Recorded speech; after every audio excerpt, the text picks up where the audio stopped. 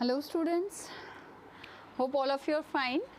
So today I am here with another video on sexual reproduction in plants. So in our previous section we have discussed about the asexual reproduction. Now today we'll discuss about the sexual reproduction in plants.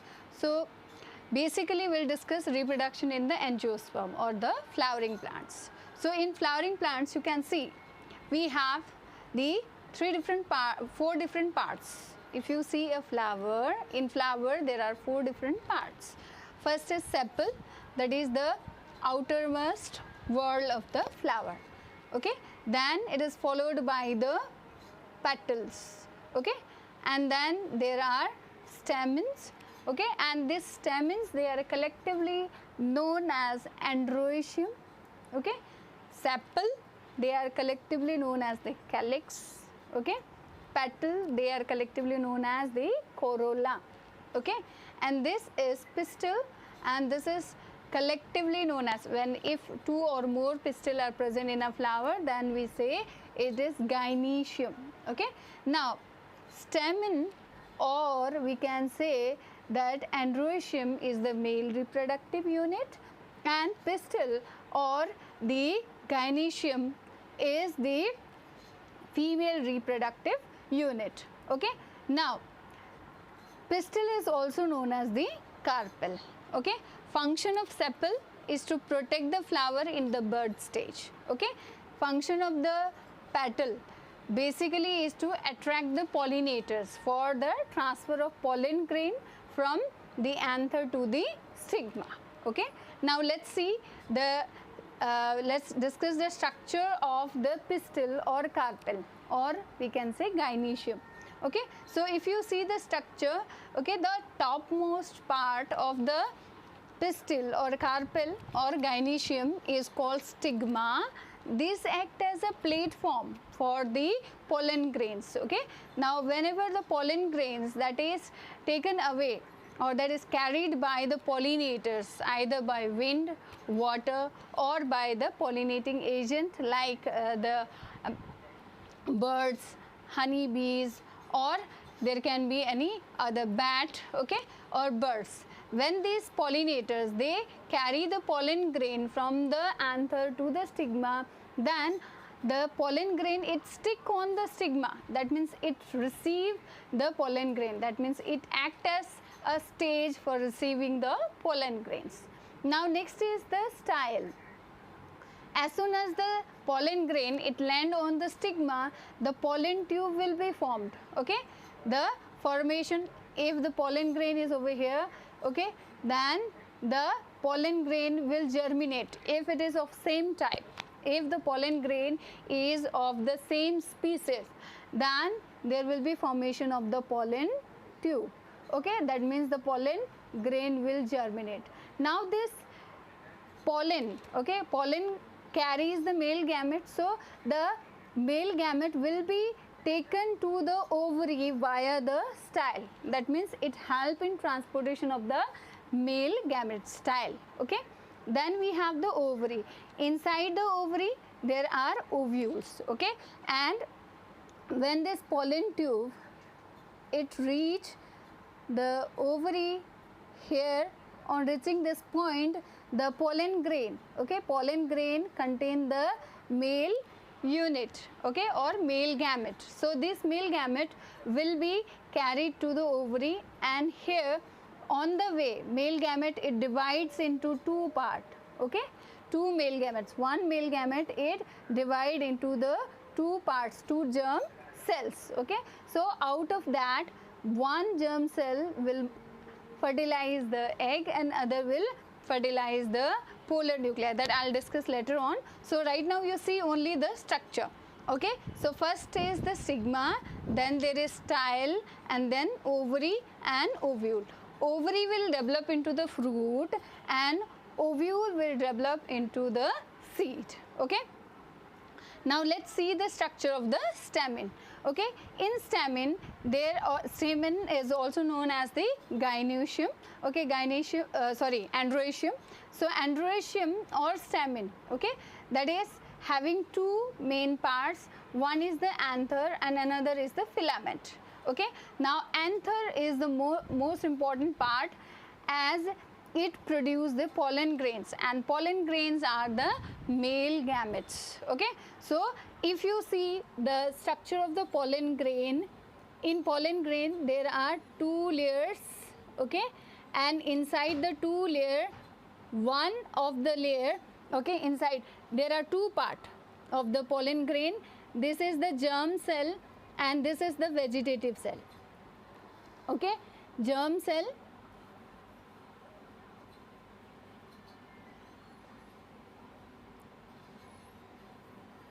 and this is the vegetative cell. Okay, now vegetative cell provide the nourishment to the germ cells. As I told you, when the pollen grain it reach the ovary, before reaching ovary, the pollen grain it divides into the germ cell. Okay, germ cell it divide into two parts by the process of mitosis.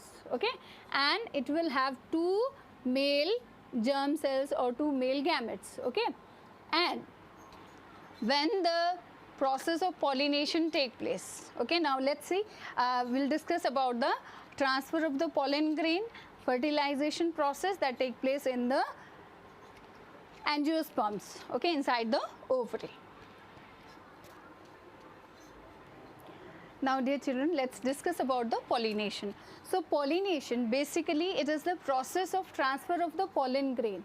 As we discussed that anther is there, okay, anther has the pollen grain and then we have the stigma, okay, and when this pollen grain it is transferred to the stigma of the same flower or the other flower, okay, then this process of transfer of pollen grain from the anther to the stigma is called pollination. Okay, now after pollination, it can be self pollination or it can be cross pollination. So we can say the types, okay, types of pollination. It can be self pollination, okay,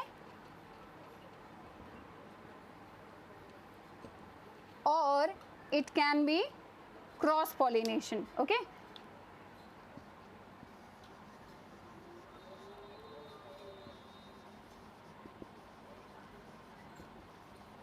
now let's discuss about the type of flower. Okay, so before I tell you the type of pollination in detail, self pollination and cross pollination, let me explain you type of the flower. Okay, some of the flower they have both the part, that is male and female part, reproductive units, they are present together. Okay, such plants, such flowers, they are called the bisexual flowers. Okay, if a plant bear a flower in which both the stamen and pistil they are present, then such a flower is called the bisexual flower. Okay, if only one, either pistil or stamen, only one unit is present, then we say it is unisexual. Okay, in unisexual only one is present. Okay, either the male reproductive unit or female reproductive unit is present. In bisexual flower, both the units are present, that means both male and female reproductive parts are present. Here either male or female reproductive units are present. So in such cases, okay, so when we are talking about self pollination, so a flower which has both the parts, okay, a flower which bear both the parts, so here the pollen which is produced here will land on this flower. So here if the pollination is taking place within the same flower, then it is self pollination. But if the flower, one of the flower is having only stigma and other is having only the stamen, that means only sorry, we have one of the flower is having only pistil and other is having the stamen. So here if the pollen grain is transferred from the anther of one flower to the stigma of another flower, then such a pollination is called the cross pollination. Okay, so this is the type of pollination. Okay, now if you go to the higher classes, you will discuss about some more type of pollination, but at your level the two types of pollination are enough. Okay, now after pollination what will happen? The next step to the pollination will be the fertilization. Now friends or children, now let's discuss about fertilization. So we know that the pollen grain will land on the stigma. Okay, so let's draw the diagram of the pistil first. I'll draw the ovary big one so that you can understand it properly. Okay, so pollen grain, it land on the stigma. Okay, so these are the pollen grains.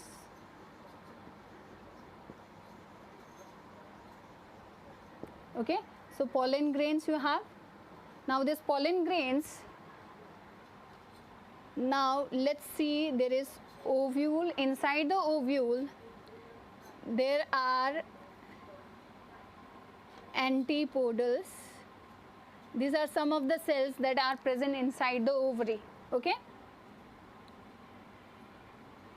then we have synergids, and then we have an egg, and in center there are two cells. Okay, and these are called polar nuclei. Two nucleus are present and they are bound by a single membrane. Okay, so here you can say these are antipodals.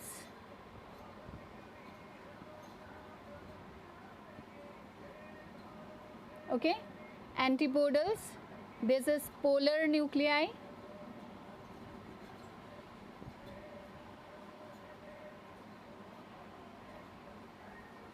Okay, then this is egg. Okay, these two, they are synergids.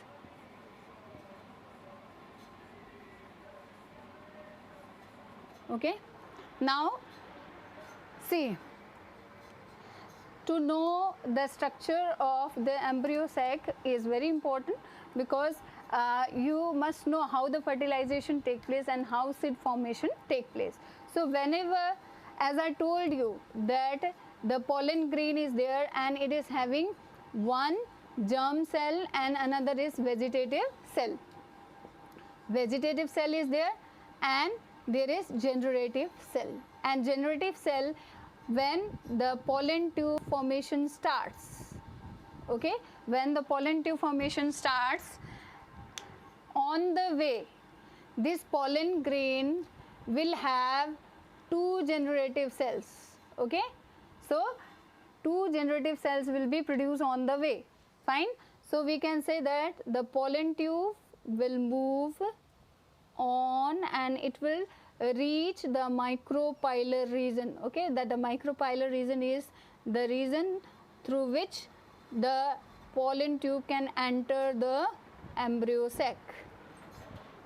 Now here we have the pollen grain which carry two male gametes. We know two male gametes are there. So out of that, one male gamete, okay, it will fuse with the egg. Okay, and other male gamete, it will fuse with the polar nuclei. Okay, I hope it is clear.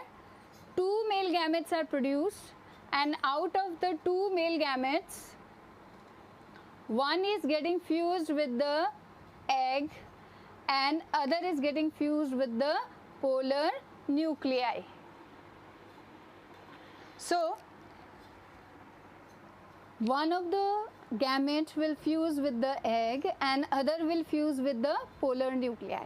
So here when the egg is fertilized by one male gamete, okay, then this is called syngamy.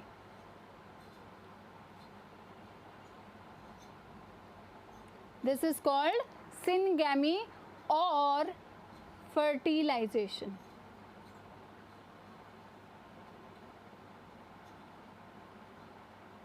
Okay. The fusion of the egg cell with the one of the male gamete is called syngamy or fertilization. Now this polar nuclei, okay, it is fused with the male gamete, other male gamete, two male gametes are there. So other male gamete is getting fused with the polar nuclei, and this fusion of the male gamete and the polar nuclei is called triple fusion.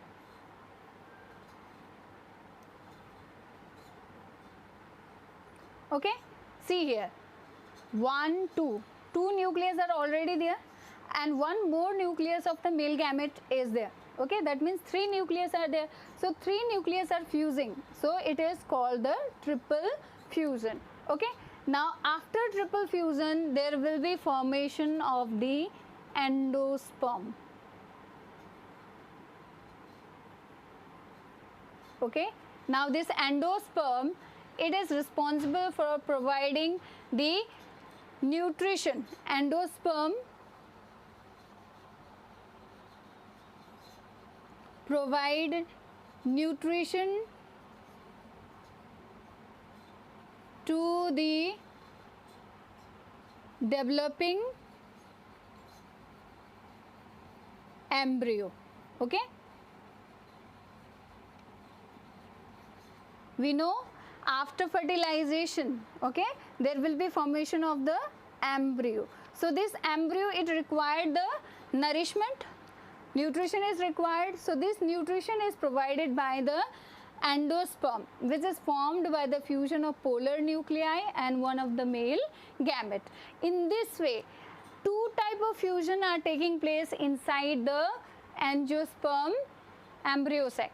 So here one is the triple fusion and another is syngamy. Since 2 types of fertilization is taking place, such a fertilization is called double fertilization. Okay, the fertilization that take place in angiosperm is called double fertilization. Okay, it is called the double fertilization. Why double fertilization? Because there is 2 types of fertilization are taking place inside the embryo sac. One is the male gamete, one of the male gamete fused with the polar nuclei to undergo triple fusion. Okay, and another male gamete, okay, it will fuse with the egg and it leads to the process of the syngamy or the fertilization, and after fertilization there will be formation of the embryo, and this embryo will develop into the seed.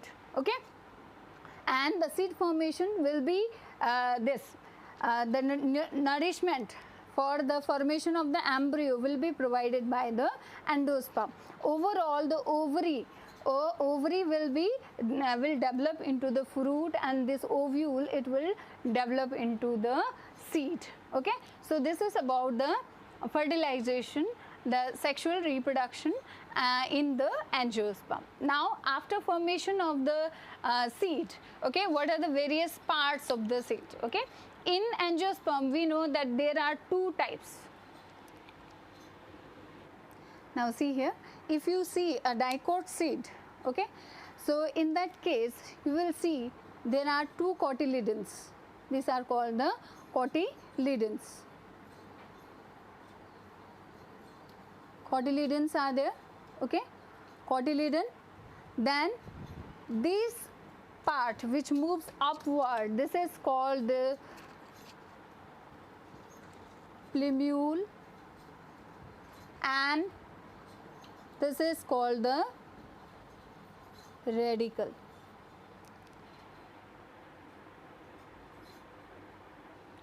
Now you can see here, the plumule will develop into the shoot system, okay, radicle will develop into the root system, okay,